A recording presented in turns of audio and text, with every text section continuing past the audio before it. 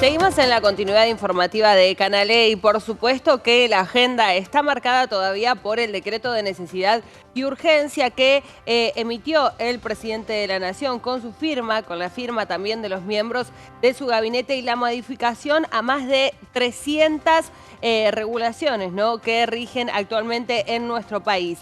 Ya se presentó por un lado un recurso de amparo, lo hizo una asociación civil que marca lo que sería, en este caso y según su posición, la inconstitucionalidad justamente de esta norma. Y siguen las repercusiones, ¿no? Todavía, incluso cuando muchos especialistas, muchos analistas intentan entender el alcance, ¿no?, la profundidad de estas modificaciones. Se anunció, por otra parte, una movilización para la semana que viene por parte de la CGT, de la Central General de los Trabajadores, marcando también una posición en este contexto, si bien no se habló todavía de un paro general, de un paro absoluto en relación a las actividades, sí un poco se van notando, ¿no?, también una posición más combativa por parte de algunos sectores de la sociedad.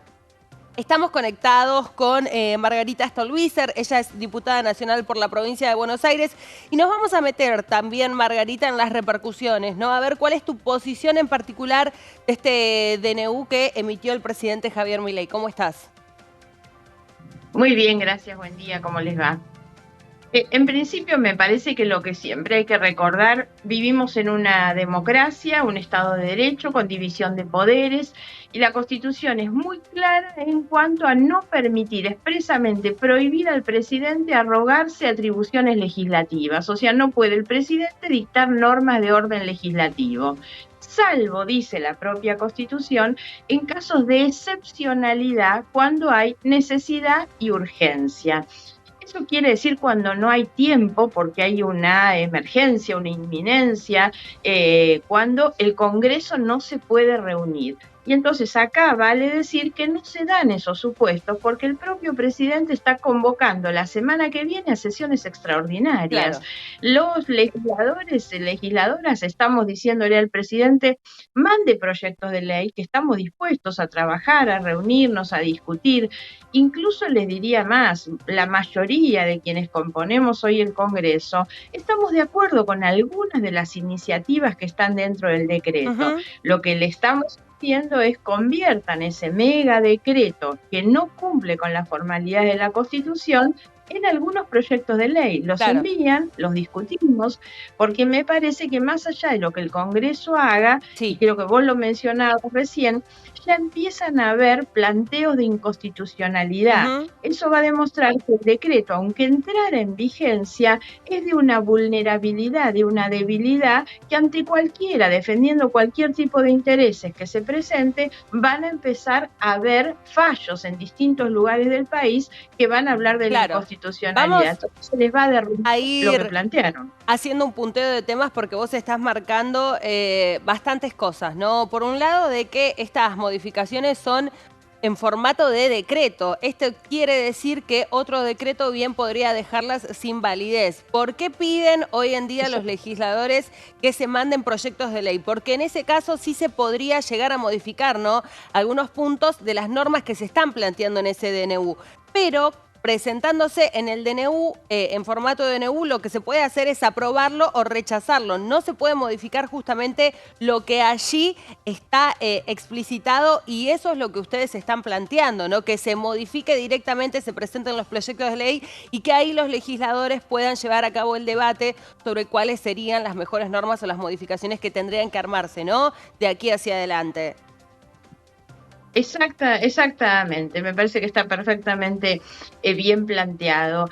Hoy a lo que se aspira, digamos, lo que el presidente plantea como el desafío, digamos, como la intención, la buena intención, es que la desregulación de la economía le permita obtener inversiones y a través de las inversiones generar empleo. Sin embargo, esa misma debilidad que tiene el decreto es lo que nos lleva a decir quién va a venir a invertir con un decreto que está a tiro de otro decreto que lo deje sin efecto o de un fallo judicial que lo declare inconstitucional. si lo que se quiere justamente es empezar un camino de crecimiento, de desarrollo, con inversiones y demás, el marco que se plantea un eventual inversor tiene que ser de estabilidad, no una cosa tan débil, tan cambiable. Entonces lo que necesitamos es justamente una ley que le dé sostenibilidad en el tiempo a las cuestiones que tienen que ver con la economía. Hoy eso es lo que se va a mirar, eso es lo que se está mirando. Y después es que el presidente debió empezar a decirnos, a mí me pareció que el discurso de anuncio, de explicación del DNU era muy malo, peleándose con los mismos a los que les tiene que ir a pedir que le traten esto. Lo dijo bien ayer el presidente de nuestro bloque, Pichetto, que dijo no es contra el Congreso, es con el Congreso en realidad, y creo que no empezó en un buen camino. Esta idea de la casta le fue muy redituable a él en tiempos de campaña, pero hoy me parece que ya no puede hacer esto, porque necesitamos pensar en una democracia en la que el poder legislativo es parte de las decisiones del Estado, y entonces no es descalificando a los legisladores, sino tratando de construir acuerdos, ¿no? Y me parece que no están entendiendo cómo funciona esta cuestión. Tengo que decir también que lo que me preocupa, me enoja, me indigna, es los que están sentados alrededor del presidente convalidando esto cuanto antes exigían a los gobiernos anteriores y criticaban a los anteriores por lo mismo que están haciendo ahora. Entonces no se puede tener una doble vara, un doble estándar. Si las cosas estaban mal cuando lo hacían los anteriores, están igualmente mal si eso mismo lo hacen los que están ahora. ¿Cuáles son los eventuales escenarios, no? Tenemos entendido que el Congreso tiene 10 días justamente para expedirse a favor o en contra, y en el caso de que no lo haga explícitamente en contra, ¿no? Es decir, que, por ejemplo, no se trate en ninguna de las comisiones, esto igual estaría vigente. Exactamente. Lo primero que tenemos es el plazo de 10 días que tiene el jefe de gabinete del Poder Ejecutivo para presentar el DNU en el Congreso. Ese es el primer plazo. Después, la Comisión Bicameral tiene los 10 días para considerarlo. Y después, de manera inmediata, tienen que considerarlo los plenarios de las dos cámaras. Y tal cual vos decís, esto es un detalle que hay que tener bien en cuenta, es que si no se trata, si la Comisión Bicameral no se reúne, o si solamente lo hace una de las dos cámaras, el decreto sigue vigente. Este es un error para mí grueso que tiene la ley reglamentaria, que casi le da más valor a un DNU que puede tener vigencia con la sola aprobación de una cámara, cuando una ley necesita siempre de las dos cámaras, ¿no? Pero bueno, esto es lo que dice la ley, por lo tanto el decreto va a estar vigente en la medida en que las dos cámaras no lo rechacen. Está vigente igual, supeditado a los fallos judiciales, porque no nos olvidemos que el control de constitucionalidad final lo hace la justicia. Entonces, mientras que se va resolviendo todo esto que es el trámite legislativo, cualquiera puede ir a la justicia a pedir ahí que se declare la inconstitucionalidad. Bueno, ese es el otro tema, ¿no? También que incluso la Corte Suprema puede intervenir con lo que crea es un exceso, ¿no?, en las atribuciones que se tomó el Poder Ejecutivo a través de este decreto. Es decir, que más allá, digo, independientemente de lo que suceda en la comisión bicameral, si se aprueba o no, todavía cada uno desde su lugar lo puede judicializar y ver qué dice justamente la justicia, valga la redundancia, en relación a la situación puntual que se vaya a plantear. Exactamente. Y después va a venir también, esto tiene relación con los planteos judiciales, con la discusión de los contenidos, ¿no?